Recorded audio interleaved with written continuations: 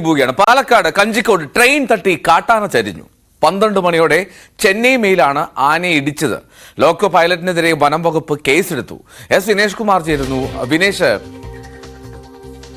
ആന ട്രെയിൻ തട്ടി ചരിയുന്നു, ലോക്കോ പൈലറ്റിനെതിരെ കേസെടുക്കുന്നത്, ആ സാഹചര്യം ഒന്ന് വിശദീകരിക്കാം.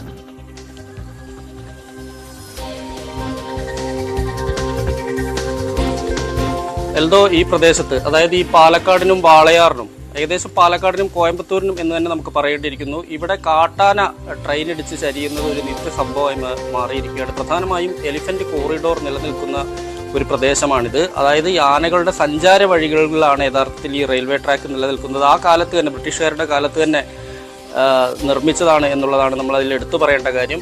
ഇന്നലെ അർദ്ധരാത്രിയിലാണ് സംഭവം. ഒരു 12 മണിയോടുകൂടിയാണ് കാട്ടാനയെ ചെന്നൈ തിരുവനന്തപുരം മെയിലിടിക്കുന്നത്. അതിനുശേഷം ഇടിയേറ്റ ആന സമീപത്തുള്ളൊരു കുഴിയിലേക്ക് തെറിച്ചു വീഴുകയായിരുന്നു.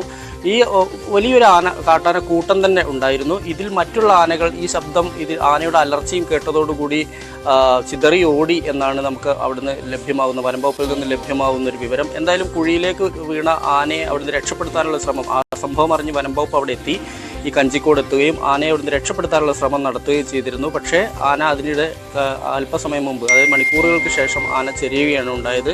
എന്തായാലും സംഭവവുമായി ബന്ധപ്പെട്ടുകൊണ്ട് ലോക്കോ പൈലറ്റിനെതിരെ കേസെടുത്തിട്ടുണ്ട്. കാരണം അമിത വേഗതയിലാണ്, കാരണം വേഗത കുറയ്ക്കാൻ ലോക്കോ പൈലറ്റ് തയ്യാറായില്ല എന്നാണ് വനംവകുപ്പ് പറയുന്നത്. നമുക്കറിയാം, രാത്രിയിൽ ഒരു സമയം കഴിഞ്ഞാൽ ട്രെയിനിന് വലിയ വേഗതയാണ്. പ്രത്യേകിച്ച് ഈ പാലക്കാട് കഴിഞ്ഞാൽ പിന്നെ മിക്കവാറും സൂപ്പർ എക്സ്പ്രസ് ട്രെയിനുകൾക്കെല്ലാം തന്നെ സ്റ്റോപ്പുള്ളത് കോയമ്പത്തൂരാണ്. അതിനിടയിൽ എവിടെയുമില്ല എട്ടിമടയോ അല്ലെങ്കിൽ കഞ്ചിക്കോടോ മറ്റു സ്ഥലങ്ങളിലൊന്നും തന്നെ ട്രെയിൻ നിർത്താറില്ല. അതുകൊണ്ട് തന്നെ വളരെ വേഗത്തിലാണ് ട്രെയിൻ പോകാറുള്ളത്.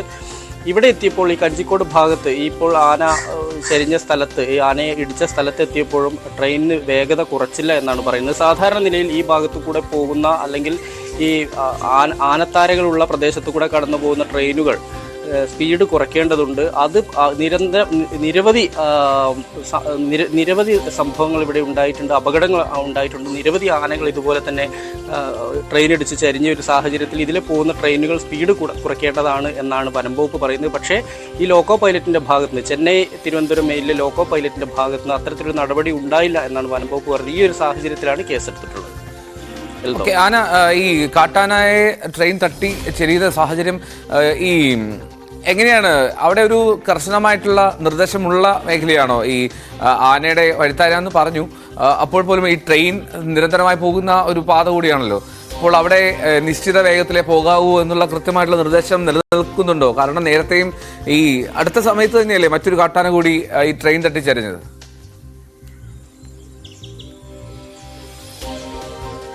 എൽദോ, അന്ന് കാട്ടാന യഥാർത്ഥത്തിൽ ട്രെയിൻ തട്ടി ചരിഞ്ഞു എന്ന് നമുക്ക് പറയാൻ കഴിയില്ല. കാരണം അന്ന് അതിൻ്റെ പോസ്റ്റ്മോർട്ടം റിപ്പോർട്ടിലും അതിൻ്റെ ഇൻക്വസ്റ്റ് റിപ്പോർട്ടിലും ഒന്നും ട്രെയിൻ ഇടിച്ചതിൻ്റെ ഒന്നും കണ്ടെത്താൻ കഴിഞ്ഞിട്ടില്ല. പക്ഷേ ഈ ഗുഡ്സ് ട്രെയിൻ വന്ന സമയത്ത് ആന ഈ ട്രാക്കിൽ നിന്ന് ഓടുകയും അത് പിന്നെ ആ ഓടി വീഴുകയായിരുന്നു.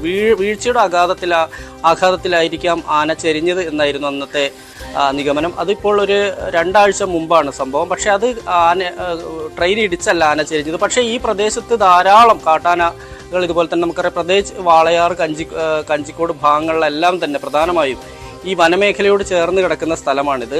പശ്ചിമഘട്ടത്തിലെ ഏറ്റവും സുപ്രധാനമായ സ്ഥലങ്ങളാണ്. ഇതുവഴി ആനകളുടെ സഞ്ചാര വഴികളുണ്ട്. ഈ ആനത്താരകൾ ക്രോസ് ചെയ്തുകൊണ്ടാണ് യഥാർത്ഥത്തിൽ റെയിൽവേ ട്രാക്ക് വന്നിട്ടുള്ളത്. അത് ഏതോ കാലം വന്നതാണ്, ഈ പുതിയ കാലത്ത് വന്നതൊന്നുമല്ല. പക്ഷേ അതിലെ കടന്ന് എപ്പോഴും ആനകൾ ഇതുവഴി ഇത് മുറിച്ച് കിടക്കാറുണ്ട്, ഈ പാളങ്ങൾ മുറിച്ച് കിടക്കാറുണ്ട്. ഈ സമയത്താണ് ഇത്തരത്തിൽ അപകടങ്ങൾ ഉണ്ടാവുകയും ചെയ്യുന്നത്. അങ്ങനെ കാട്ടാനക്കൂട്ടം, ഇന്നലെ രാത്രിയിൽ കാട്ടാനക്കൂട്ടം അത് മുറിച്ച് കിടക്കാനുള്ള ശ്രമത്തിനിടയിലാണ് തിരുവനന്തപുരം ചെന്നൈ മെയിൽ പാഞ്ഞെത്തുന്നത്. ഉടൻ തന്നെ അതിലൊരു ആനയെ, പിന്നെ 2 വയസ്സ് തോന്നിക്കുന്ന പിടിയാനയാണ്. ഈ പിടിയാനയ്ക്കാണ് അപകടത്തിൽ പരിക്കേറ്റിട്ടുള്ളത്. ഇത് മുറിച്ച് കിടക്കുന്നതിനിടയിലാണ് ഈ ശബ്ദം കേട്ടതോടുകൂടി, ട്രെയിൻ ഇടിക്കുന്ന ശബ്ദം കേട്ടതോടുകൂടി മറ്റ് ആനകളെല്ലാം തന്നെ ചിഹ്നം വിളിച്ചുകൊണ്ട് ചിതറി ഓടുകയായിരുന്നു എന്നാണ് നമുക്ക് അവിടെ നിന്ന് ലഭിക്കുന്ന വിവരം. എന്തായാലും വനംവകുപ്പ് സ്ഥലത്തെത്തിയിട്ടുണ്ട്. ഇനി ഇൻക്വസ്റ്റ് നടപടികളും അതിനുശേഷം പോസ്റ്റ്മോർട്ടം നടപടികളിലേക്ക് പോകും എന്നാണ് ഇപ്പോൾ ലഭ്യമാകുന്ന വിവരം. ശരി, വിനേഷ് തുടരുക. മറ്റൊരു വാർത്തയിലേക്ക് കൂടി വിനേഷിനെ എടുക്കേണ്ടതുണ്ട്. എന്താണെങ്കിലും നമ്മൾ ഈ കാട്ടാന ചരിഞ്ഞു, അത് വിനേഷ് സൂചിപ്പിച്ചതുപോലെ ഈ കാട്ടാന ട്രെയിൻ തട്ടി ഒരു സമീപത്തെ കുഴി പോലുള്ള, ഒരു കുളം പോലുള്ള ഒരു സ്ഥലത്തേക്ക് വീഴുക. എന്നാണെങ്കിലും കാട്ടാനെ അവിടെ നിന്ന് മാറ്റിയിട്ടുണ്ട്.